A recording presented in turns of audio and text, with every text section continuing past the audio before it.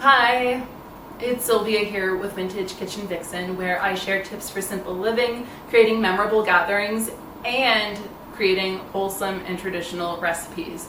And today I'm going to be sharing with you something that I've been making for years, and it is a green smoothie. Now, it's super healthy. It's a wonderful breakfast option or a lunch option. It's a complete meal and is basically a blender full of liquidized vegetables. Now, you can switch it up, but I've been making this smoothie for a very long time and I love it the way it is. It kind of reminds me of a spicy green Caesar with no alcohol, but I can imagine putting a shot of vodka in it and it would taste pretty much like a Caesar would. I've never done that. Maybe you can try it. Let me know how it goes. But I love my green smoothie and I hope you do too. So I'm going to stop talking about my green smoothie. If you're new to this channel, please consider hitting subscribe if you like what you see.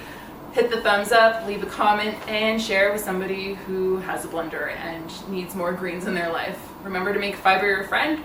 That's enough for me. Let's hop onto it.